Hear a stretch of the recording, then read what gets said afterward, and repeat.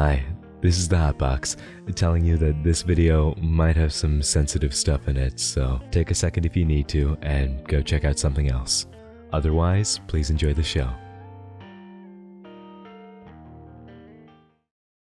How do influencers keep getting worse? It feels like we can't go a single day without some kind of influencer scamming or manipulating their audience of people who are supposed to trust them. I can't even buy breakfast without being sold on an influencer crypto coin. Now in every box of cereal is a free Save the Kids token. The power influencers have is not to be understated. It's because they're able to sell to audiences by connecting on a level that feels more personal. You're more likely to buy from someone who feels like a real person rather than a faceless corporation. Who are you going to trust more? The company with enough money to buy their own commonwealth, or the influencer with the blue hair? Oh my god, they said, hey, what's up, guys? That's me. I'm guys. I'm everyone. Oh, they're so relatable. I need my debit card. Where is my debit card? I'm exaggerating, and some influencers do get to represent some cool products. But some companies will instead take advantage of this dynamic between influencer and viewer, and that's what's happening here in today's video. Because apparently, a select group of people thought they would trade their integrity for a free trip to promote a company notorious for its poor business practices and mistreatment of its workers. So buckle up, because today, we're looking at the Shein influencer trip. Let's get right into it. Welcome back to the channel, new and returning, young and old, fans, haters, and everyone in between. If you're new here, why not subscribe? It's quick, it's easy, just takes a second, and you can always undo it, but it really does help out the channel a lot, so thank you. So what is Shein? Well, Shein is a fashion storefront that offers trendy clothing in a fast manner and at prices that are often difficult to beat. It only takes one glance at Shein's homepage to see why Shein has skyrocketed to its position as the largest fashion retailer as of 2022. Low prices everywhere, shirts for $5. Hell, I found milk and cigarettes for $3. Finding that was so easy. Why has it taken my dad so many years to find it?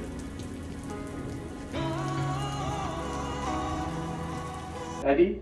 If it wasn't already obvious, there's only one way that Shein keeps prices this low, and it's not good. They're not just being generous. Shein keeps their prices low through rampant exploitation of their workers, stealing designs, and using cheap fabrics that often create a lot of dangerous pollution. And they're not unique either. There are plenty of other fast fashion brands out there cutting corners and preying on the culture of micro trends. Trends that go as quickly as they come, inspiring people to buy something that will only be discarded later. There is often a lot of things happening at the expense of production for the sake of costs and revenue for major conglomerates and companies. Yes, you can be making better choices, absolutely. However, these companies should not be doing these things to begin with. It's kind of an endless cycle of existing in society, and capitalism just... In my research for this, I saw lots of videos and articles about the impact of fast fashion on not just the workers, but on other countries. Hey, pop quiz, where do you think all of our discarded clothes go? Is it A, they get taken away by the clothes fairy? Is it B, they get sent to developing nations in a sick capitalist scheme to make it appear like they're doing a good deed when they're only interested in keeping the rich richer and keeping the poor poor? Or C, this feels like a trick question. Did you get it right? The reason I want to give you so much context is because it's important to understanding why Shein is doing what they have most recently done. Shein funded several micro-influencers' trips to China to tour a real Shein factory, quote unquote. This is very clearly an elaborate publicity stunt to rebrand and reinforce the image that Shein is no longer a child harvesting sweatshop. They got their work cut out for them. Shein's prices are a further underlying conflict. Shein provides something to people who cannot afford traditionally trendy and brand name clothing. You know, not everyone can afford to save up for a sturdy, expensive $75 t-shirt. If you don't have money, you still deserve to have clothes that make you feel good about yourself. Sometimes Shein is the only option people have, and then they'll still get looked down on for not buying brand name clothes. It's difficult because there's no ethical consumption under capitalism. But the problem is these people are actively trying to make it appear like things are safe and ethical at Shein. So I wanted to go through the separate videos that came from this and roast Shein and these propaganda puppets that they hired. Just pulled up. My mouth, I'm still picking it up off the ground. It's so big. Today we are at the Shein warehouse where the products come directly from this facility to your home. But I've seen the exact process of Shein clothing. I've seen how it's designed. I've seen how it's made. Now I'm going to see how it's packaged and shipped off.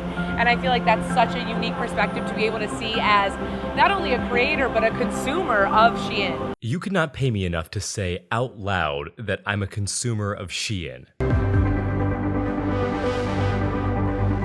You collect and put everything together. The shots of the factory feel very put on. They're clearly trying to sell the illusion that the human aspect of Shein is low to non-existent, and that there's no exploitation of people, just robots. Yeah, Roko's Basilisk is gonna love this one.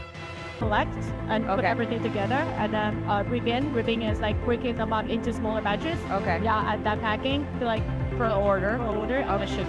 Okay. Okay. Now I can go home feeling reassured, feeling confident in my partnership with Shein.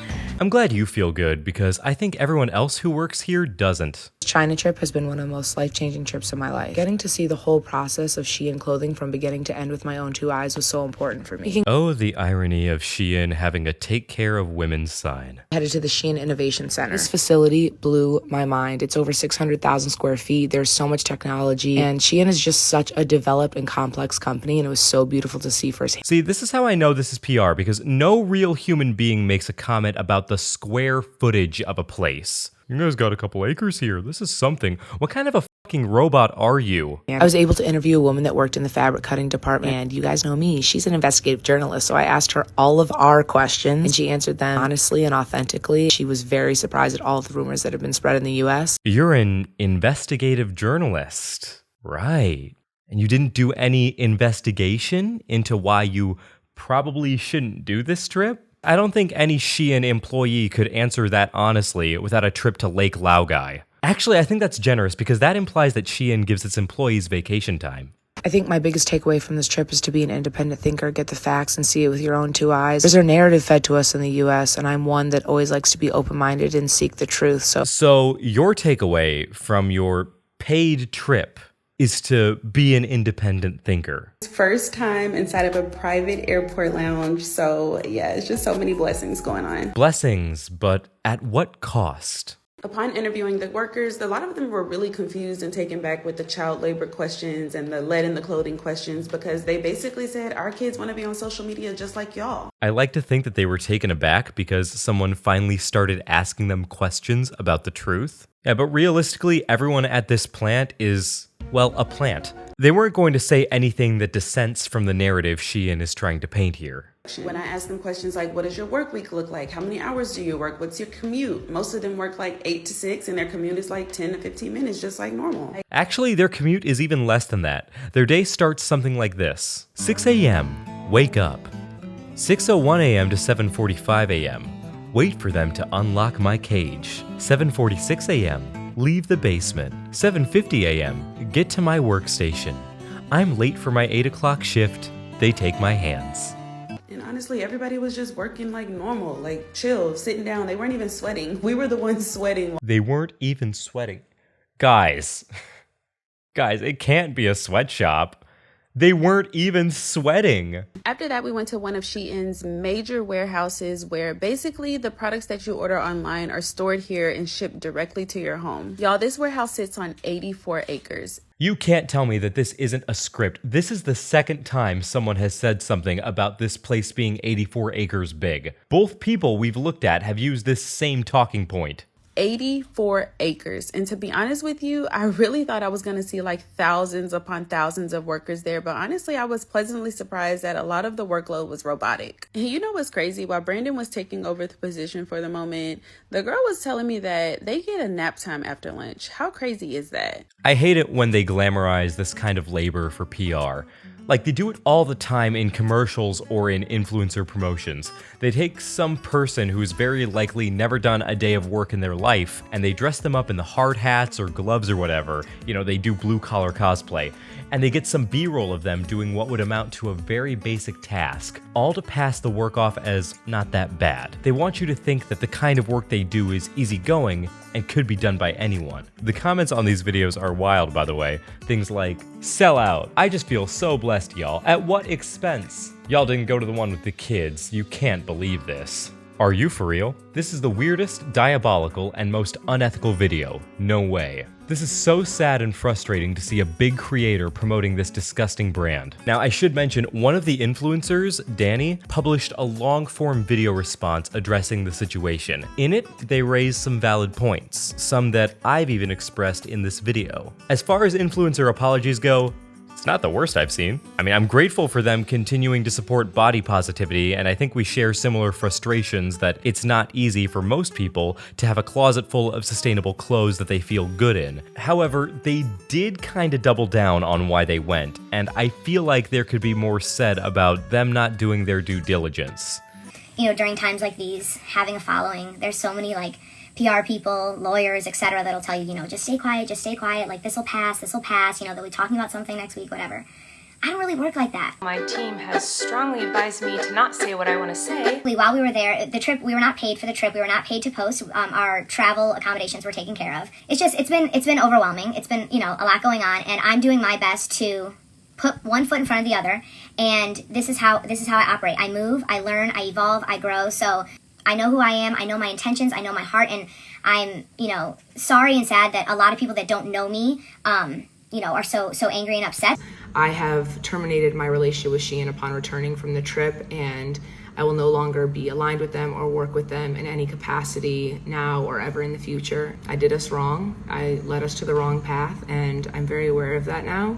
And I'm gonna take a couple weeks off. I'm gonna reevaluate, and I'm gonna be better, and I'm gonna be stronger, and I'm gonna continue the fight for us in a new way and continue to be an even better pioneer for the plus size community. In the end, it remains to be seen what they will do going forward, but I do agree there is a huge amount of accountability to be taken by Shein themselves. Accountability that I don't think we'll be seeing anytime in the near future. So what do we take away from all this? If I could hammer home one point, don't be a puppet for $1. Listen, if you're an influencer, I get it. I can understand chasing your bag. This online shit is hard, and we all have responsibilities. You might have rent, some people have loans, I have a kitty. Sometimes we take deals for products that are a little questionable, but we shouldn't let ourselves be mouthpieces for actual human rights abusers. Do your research, listen to your audience. Be a responsible creator. Be a responsible human. And that's everything that I have for you today. So thank you so much for watching. If you enjoyed, please leave a like and spread the video around. Tell your friends. Whenever you're watching this, I hope you have a good rest of your day and an even better tomorrow. I love you, and before you say it back, look in the mirror and say it to yourself. And I will see you in the next episode of whatever I make. And until next time, this has been the Hot Box.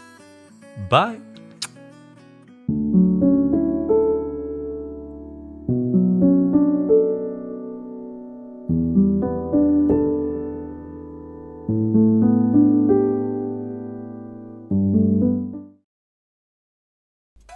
Whoops. Because apparently a fuck.